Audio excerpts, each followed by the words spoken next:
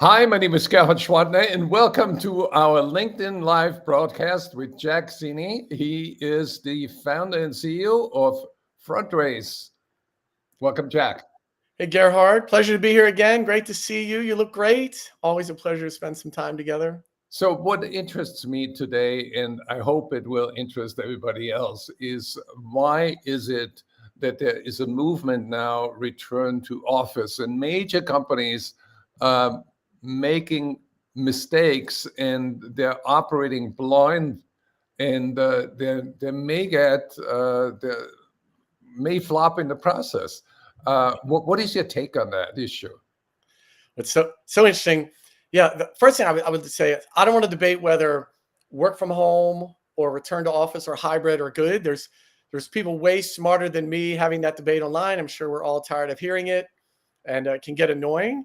I think what one side, it's one we were just talking about a little politics, the election, but related to that topic, it's funny when people start researching this, like politics, we typically find we have a belief system, we find data to support it, right? Most people that have a political leaning are like, here's data that supports my beliefs. And I think with work from home or return to office, I think that's what a lot of people do too. They find data that supports what they favor and they lock onto that data set. So I think that's really, really interesting in the thought pieces of Yeah, it. I'm really fascinated by that as well because I study the mindset of people and belief systems emerge from different sources. Either Yeah. they're self-generated, or they read something, or they have a conversation with somebody that they look up to, and then adopt their opinion, adopt their belief, and act accordingly. And they can be completely wrong. Yeah. It is shocking. This debate we've had since COVID about where should I work and what have you. It's obviously a hot topic. There is no right or wrong. I guess history will judge, but I think people are not seeking true data from it. It's this gut feel. And the reality is a lot of the managers that are making this call, a lot of the leaders come from an in-office environment. So they're predisposed because it's what they knew. They didn't even know anything different, right? It's an enormous leaning or slanting of their perception based upon how they grew up and how they were trained and success they had, right? If they're a leader and they're a head of a company or they're a manager, they had success in a certain environment. And we're all human. We're all predisposed to kind of lean on where we had success, most people anyway. But to get back to the original question, which is really interesting, that I'll say this: what's definitely happening today in almost every company that we encounter is that most people are trying to adopt to whatever this kind of this new work environment. But as soon as there's a blip, either in the financials, the sales numbers, the overall performance, inevitably the first conversation, the first thing that happens is people say, we should go back to the office. Like unequivocally, that's the first thing that happens. And like I said, the problem with that is people are predisposed to that. A lot of the managers or leaders come from an in-office environment, regardless whether they think it's right or wrong. But the first thing they do is, you know what? We probably should go back to the office. We have a nice office and what have you. And then what happens, they're having a problem in, again, one area of the company. When they say they're going back to the office with little to no warning, we have a lot of examples that we could talk about that have happened just in the last month or two. What happens normally is the A players, the best people, decide, I'm not doing that. The best people that have options and are courted by other companies, as soon as a company announces a mandatory back to the office RTO, return to the office policy, the best people normally either leave or they check out mentally. And so now what was a problem in the financials or what was a problem in sales, we've now made worse by kind of going back to this, let me do what I had success with. And so to me, that's really problematic. Well, I remember a scene. I interviewed Michael Dell, and that was 30 years ago. And I attended a management meeting where Michael Dell and the president of the company were in the middle of a room, like a bullpen, 200 managers around them. And they were discussing for about an hour all the coordination challenges between the administration, manufacturing, sales, marketing, customer success. And it was fascinating to watch how fast they pinpointed a problem, articulated the problem, came to a solution, got different people to speak to the problem about their ideas on how to solve it. And Michael Dell and Joel Kocher at the time They made decisions on the spot, and I've never seen anything like it. So good. So there is a certain magic when people get together and co-create solutions and solve problems and come to a decision, which is harder to do when everybody is hiding in their homes. Yeah. Wait, you know what's interesting in this live in this era of data driven decisions. What's really crazy to me is that this decision about, hey, should we RTO or work from home or hybrid? Almost every company, large or small, is making that decision with little to no data. Yeah. So again, in this very driven, we're all new systems and data driven and big data problems, and let's analyze the crap out of stuff. What's amazing is that they're making this major organizational decision with little to no data. They have some anecdotal data. There's some studies by different universities, but no real data on it, which is really mind blowing. If you think about the impact it's going to have, what the pandemic and COVID did to corporate operating structures, and now to decide whether, hey, should we be back in the office? Okay, maybe not. Let's do hybrid. Well, that should be 1 day or 2 days, 3 days, what every other day, 1 day in the middle of the week, with literally no data. And that's one of the reasons we created Front Race. There was no data for this very, very topic we're talking about to figure out, hey, is someone more effective in the office or not? And we've seen many of the big companies make what have been perceived as poor decisions related to this. And so it's shocking, again, in this day and age, that decision's being made with no data. So how does Front Race aggregate and disseminate those data? Sure. Well, the first thing we talked about previously, just want to encourage companies, we don't want you to buy any more systems. Do not buy a system, any more systems. What we want you to do is get the data out of the systems you already have. No one goes, what I need is another system. Let me integrate another system. Should definitely not do that. So that's the first thing. The second is what we learned, what our company learned during the pandemic is we had the data, we just couldn't see it, right? It was embedded in our systems. And I think if most people think about problems they've had in their company when there's a strategic problem, right? The data is there. It just takes you days, sometimes weeks to find it. You dig in and you're like, I go into this system, I go into that system. So what Front Race does, this little magic tool, is we connect all of the systems you have, all your communication systems, into one view. So we take the data from your CRM, your email system, your telephony system, your video conference system, messaging, all the systems you use to communicate, and we put it into one view. And so the magic of that tool is that now you can start to see what people are doing and what aren't they doing and when are they doing it. So now you can actually look at, hey, is someone more effective at home? Because what most folks, particularly in sales, have today, the only tool they have, the only metric they have is, are their sales good? And is their pipeline good? Right? If their sales are good and pipeline's good, I'm fine. And then you're like, I don't know, are they? Because normally the problem shows up a couple months from now. We all know that. And so is it really good? And that's the secret sauce. You can now, with Front Race, look into the data, see if someone's actually more effective when they're at home. How hybrid affects that? What are they like in the office? You actually have now concrete data beyond just their sales and their pipeline to see what they're good at, when they're good at it. It's an amazing insight. It's actually concrete data into the process.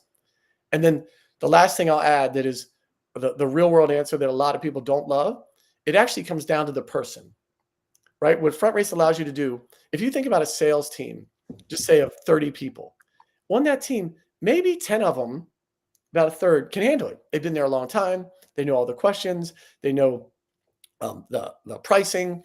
They don't need a ton of managerial oversight.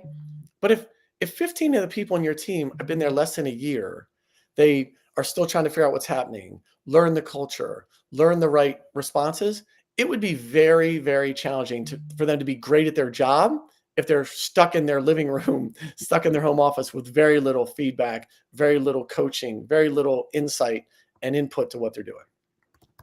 That's amazing. So technically what you are explaining here is the ultimate radar screen for the VP of sales, COO, or CEO, where they can really optimize their workforce in a way that has never been possible before. Yeah, what's really interesting, what AI has been able to do is we all have these systems. We all know we've been inundated with so many new systems over the last 10 years, all these RevOps and sales enablement and project management tools, all great. God bless Salesforce, Gong, all these tools. God bless. Yeah. The reality, though, is all of the data is in silos, right? It's like, oh, this tool's great. My CRM is great. Now I make a look at my web conferencing. Oh, we sent some text. Like, what do we do with that? And so if, as a sales leader, as a team leader, as you try to put together what's the best thing, as you try to coach up your team, you don't know. You only have certain pieces of the puzzle. You only have 70 to 80% of it. So you're trying to train, you're trying to develop, you're trying to maximize revenue. You're trying to be a great corporate partner with a prospect by replying to them well, by being responsive, but you only have some of the pieces like a puzzle. You're missing 25 to 25% of the pieces got thrown away, and you can't complete the puzzle, and you wonder why. And so now what Front Race does in one screen will let you see all the pieces, and you apply AI to that. So what AI is great at, which we all know now, is to find this massive pattern recognition so that you now can find, the AI finds things in the data that you wouldn't see visually, right? You wouldn't see some of the things that it finds. And it's amazing how it helps change literally the trajectory of your business. So it sounds like Front Race is making your existing technologies work better, but also it makes your people work better. 100%. 100%. There's really, not to be too long, but there's really 4 things that Front Race will do for your team immediately, which is amazing. One, it's that we always talk about the bell curve. How do we 80% of your high performers, leave them alone. God bless the top 10%. They're crushing it. Who knows how they're doing it? Magic sauce a lot of times. But if you get the bell curve, the 80% of your team to be just 10% better, the ultimate impact of your company is like 32%. It's amazing. Again, if you can get the 80% of your company to be 10% better at what they do, you'll literally, the results are 30+% better. So that's what you're able to do. Front Race lets you see what they're doing. How can you actually improve what they do? This second issue that we've been talking about today, this kind of, where should you work? Should it be return to office or hybrid or work from home? You can actually have real stats on that, what should be done and how it should work. The tech stack you have today, a lot of folks put a lot of money into all these technologies. Is your team really using it? Or as they work from home or wherever they are, how much did they use it? And is it actually helping you close deals? Because that's what you're trying to do, right? Is it helping your business perform better? TBD. Very nebulous a lot of times. And then lastly, as we have teams, as leaders, we're supposed to develop. How do you develop somebody? Most of the time you've never met in today's current age. You've only seen them in these boxes, right? We video conferences. Bob actually lives in Colorado. I'm in Florida. Who the heck knows? I've never met him. Or Susan works in California. I'm in New York. They're just in these boxes. How do you develop a developmental program for that person? You've never met them. All you really have is some basic CRM data on what they do and what they don't do. You know their pipeline. You talk to them in this box, maybe once a day, maybe twice a day. You need some real data on their performance. What are they doing at a micro level? What things do they do? Because the best people do the little things great, right? It's the 3 extra texts they send. It's the extra little email they send. It's the verbiage they use. It's minor things, and you need to uncover that. And those are all the things Front Race allows you to do. It affects those four parts of your business. It's amazing. It reminds me almost of 100 years ago, Frederick Taylor did productivity studies of steel workers. Yep. And he found out that by giving them instructions to pause and rest, actually pause and rest more than their work, they got a lot more done. Yes. Well, UPS is on that model, right? UPS is on the how do I make small changes to make the biggest impact. And the reality is in sales, like very few people talk about it that I interact with. But the difference between your best people and the people that are doing half of that are 20 little things. It's 20 small little detail things. Yeah. Again, everyone knows the pitch. Everyone knows the pricing. Everyone knows the FAQs. The magic is not in memorizing. Yeah. It's not. It's small, tiny little things that add up over the course of a sale, over the course of client service that makes the difference, that keeps the best people either keep a client or sell a big client. And that's what's lost in all these systems. No one can find those pieces to put together. And that's what Front Race endeavors to do. So what you're saying is that you have uncovered the DNA of productivity. Amen. I hope so. Well, we certainly found that, listen, at our previous company, we went through the whole COVID thing. We had a large team, 100 plus sales reps, and we were struggling too. Like, we're work from home. We want to be sensitive to that, but what's actually happening? How do we share what's actually working with other people when a lot of it's happening off site? How do you share the information? How do you actually know what they're doing? How do we make it better? And then, Yeah. and then take that core data and apply AI to it. The learnings and the benefit to a company are astronomical. And it's really the heartbeat of business. The central question is always how to make things faster, better, cheaper. Yep. And the word better is loosely applied and never measured in organizations.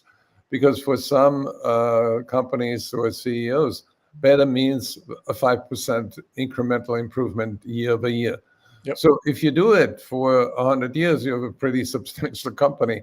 But what if the data suggests that the productivity gain could be 10%, 20%, 30%, Yeah. and grow at a much faster rate and create a lot more value for the company, for the customer, for the people, for the investor, for everybody. So I've interviewed so many CEOs, and I think the best CEOs I've ever interviewed, they're all fanatic about the commitment to ongoing improvement, like Mark Benioff or Bill McDermott, or I mean, even I remember doing an interview with Mary Kay, and she talked about that. You could get more done in 3 hours if somebody calls you and say, you want to go on a fun trip with me, but you got to be at the airport in 3 hours. In those 2 hours that you're preparing, you get more done than you normally will get done in a week. Well, you know what's happening too. This go back to the office thing again. Yeah. I'm not pro RTO, pro work from home. Forget the merits of it. Right. But what's happening? Forget the pandemic ever happened, and we're all still in the office. Yeah. Just because people were in the office, if we're really honest, particularly on the sales side, we didn't really know what people were doing. Like I'd have a great stat. One of my reps would do something amazing. I would take it to the board or the CEO and be like, hey, they were on the phone, pick a number. 240 hours, right? 240 Right. minutes. I mean, one a day, 240 minutes, which is half the day. Inevitably, the next question out of their mouth is like, great, that's great, because normally you're on the phone like 100 minutes out of the day or 150 minutes. Great. They're on the phone 240. Great. Hey, what did they do in the other 4 hours? I don't know. We don't really know. Like, they were inputting some stuff into the CRM. They were taking a little mental break. They were researching the next call. The reality is we didn't know. We just felt better because they were in the office. And now with this hybrid work from home thing, people are like, yeah, if I just bring them out the office to be more efficient. Not really. If we're really honest, but again, before 2020, I don't care who you are as a manager. You didn't know what your people were doing 20 to 40% of the time. You just didn't know. They weren't sending emails. You didn't have on your CRM. They were, I don't know, out smoking. They were whatever. You had no clue. You just felt better because they were in the office. And so really what we're trying to do is, what is that in the magic of sales, in that black box, in that black hole of time when we didn't know what was happening? We want to shine some light on it so you can share the best of with your best people. We never knew. And now this kind of working off site has forced people to deal with this issue. And that's why we released Front Race. We were confronting it as we talked to hundreds of companies. We felt their frustration. Again, they're back from COVID, but they're stuck at like 80% of where they were. They're like, we're good. We're out of the doldrums. We're good, but we can't get back to being great. We're stuck. We're not back to crushing it. And so believe all of that, the greatness is in that last 20%, is in the details. How do we share what works? How do we share what the best people are doing?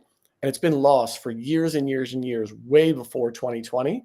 And I believe that's one of the best things that Front Race provides for companies.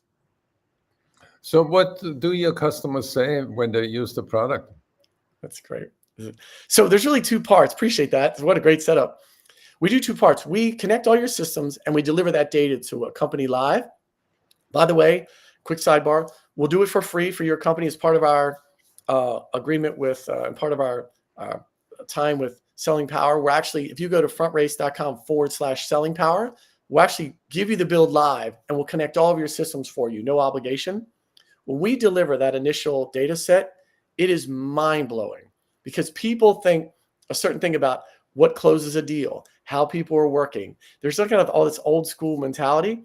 When people see their live data of how their people are working, the things that create success, the things that, by the way, are hurting their deals. No one purposely hurts their deal, but they're like, we're texting customers 10 times. And when you test a customer more than 10 times, your close rate goes down 30%. What a mind-blowing stat for a company that we found. So we do this initial build. We present the data. They're blown away. They're like, oh my, it's almost like watching fireworks. They're like, oh, we had no idea. So that's version 1. Amazing, immediate response the day we deliver the data. Then the AI piece is just ongoing, mind-blowing. Imagine every day when you get up, having like a virtual business analyst.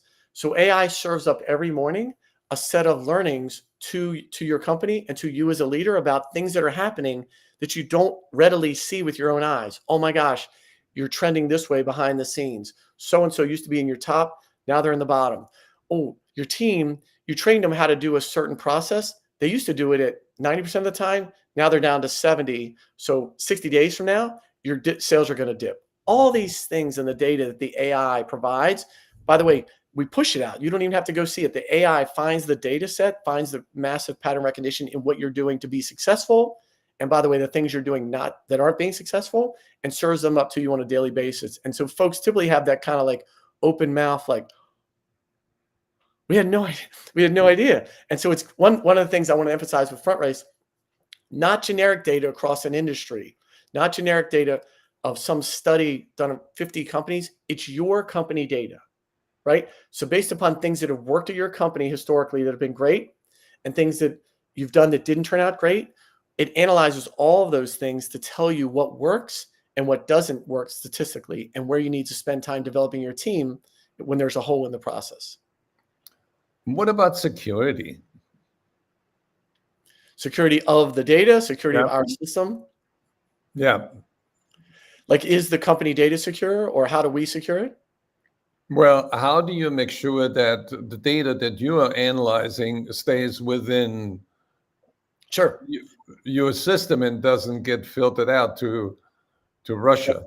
Yeah, look, Gerhard, this is a violation of our salesperson to salesperson world, because that's a technical question, and everything I'm about to say is probably going to be inappropriate. And as soon as we hang up, our tech team's going to call and yell at me. But yeah, we obviously want to go through all the right protocols to secure the data for every company.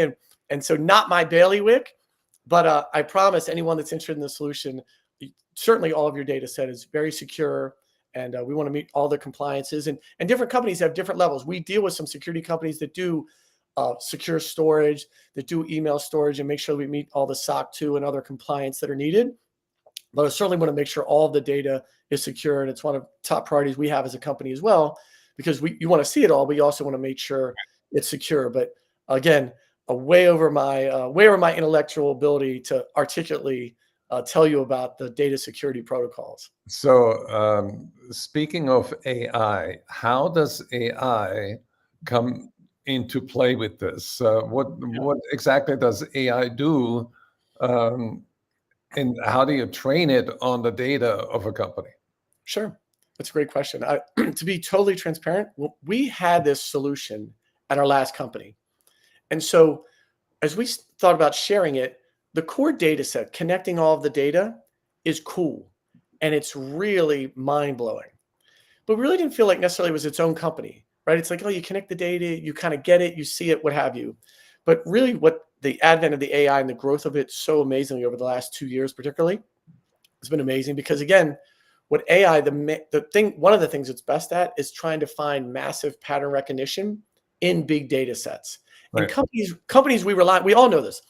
You have a leader, they're doing everything they have to do, right? They have to hire, train, whatever metrics you're trying to meet, develop your team, HR issues, go to executive meetings, all the stuff you're doing. Rarely, when's the last time, if you lead a team, you stab, oh, I got a good 2 hours here, I'm just going to stop and analyze my data. Right? If we're honest, maybe on a weekend, maybe on an early weekend morning over a cup of coffee, maybe you deep dive. But most people are running around with their head cut off, short on time, And so the AI piece is so amazing because, again, it's like your virtual digital business analyst where it's constantly analyzing your company's data and by the way, connecting it. The key is connected.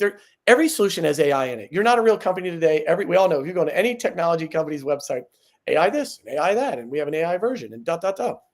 I'm not talking about that. Every solution has their own AI, but the magic in AI is connecting all of it. That's the Right. magic, so that you can see what's happening across the company. And so that's what, the value in the AI that we offer is it takes all of your stuff and analyzes to find the patterns that are making you successful and the patterns that, again, not on purpose, that are actually hurting you. People are doing things not purposely, but they're doing things they did at another company or they heard could be good. And statistically, over time, it's actually hurting your sales. It's hurting revenue. It's hurting customer retention. So super hard to find those. And so that's what the AI tool embedded in what we do does. It takes this data set that we connect all the variables and then finds the things that you don't see with the naked eye. And you don't have time to go look for it, to be quite honest. We only go look when there's an explosion. That's the truth. When something really bad happens, or there's a big problem, or something great happens. Sometimes when there's something great, but normally when there's a problem, we go, oh, I got to go research what the frick happened, right? So-and-so left the company. We lost the big deal, right? And so the AI will do that ahead of time so that those events do not happen. It's really an amazing system. I have checked it out. And the image I walked away with is, it's almost like those variable glasses that you wear that gives you near vision and far vision.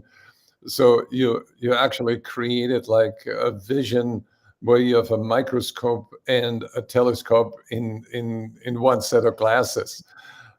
I think that those of you who know Gerhard know he's an exceptionally creative gentleman. And so one of the paradigms he gave us a little while back was like, if you think about when you go to the dentist and you used to get kind of a view of your tooth, right, or any kind of x-ray, you'd see it. And now with all the amazing technology, you can 3D, if you go to the dentist, they'll give you a 3D version of your tooth and here's your cavity and here's an AI created version of it and all the technologies we have in the health world. And that's really what this is for your company. It literally is giving you a in-depth 3D model of what's happening at your company instead of just getting this kind of, the data's there. Look, some of the data, you see it in your CRM and you see it in some of your stats, but you're not connected. You don't get to see the whole picture of it. You're only looking at different sides of the elephant. And so we're trying to give you a picture of the whole elephant so you know what you're dealing with and can make much, much smarter decisions.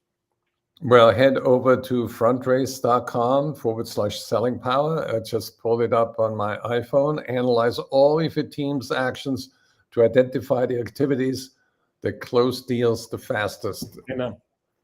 Accelerate your revenue with FrontRace. How is that? Yes, amen. Totally for free, by the way. And the reason we do that, because people are like, why are you doing it for free? You're trying to scam us. You're going to bait and switch us. The reason we do it for free is the paradigm that Gerhard mentioned earlier. We give you the data free the first time because it's so mind-blowing. That's the hook. When we connect all of your data and serve it up to you day one, your mind is going to be blown and you'll want the system. That's exactly why we do it. We're willing to take all the gamble. We're going to have all the APIs. We're going to connect all of your stuff with no guarantee they're going to do business with us, because we believe when we show you the first data delivery set, your mind's going to be blown. That's totally why we do it. I hope that the FDA doesn't shut you down, because it's going to be an addictive software. Amen. Amen. Let's hope we have that problem. Thank you, Jack. Thank you so much. Appreciate everyone's time and energy. See you soon at Selling Power 3.0, December 3rd.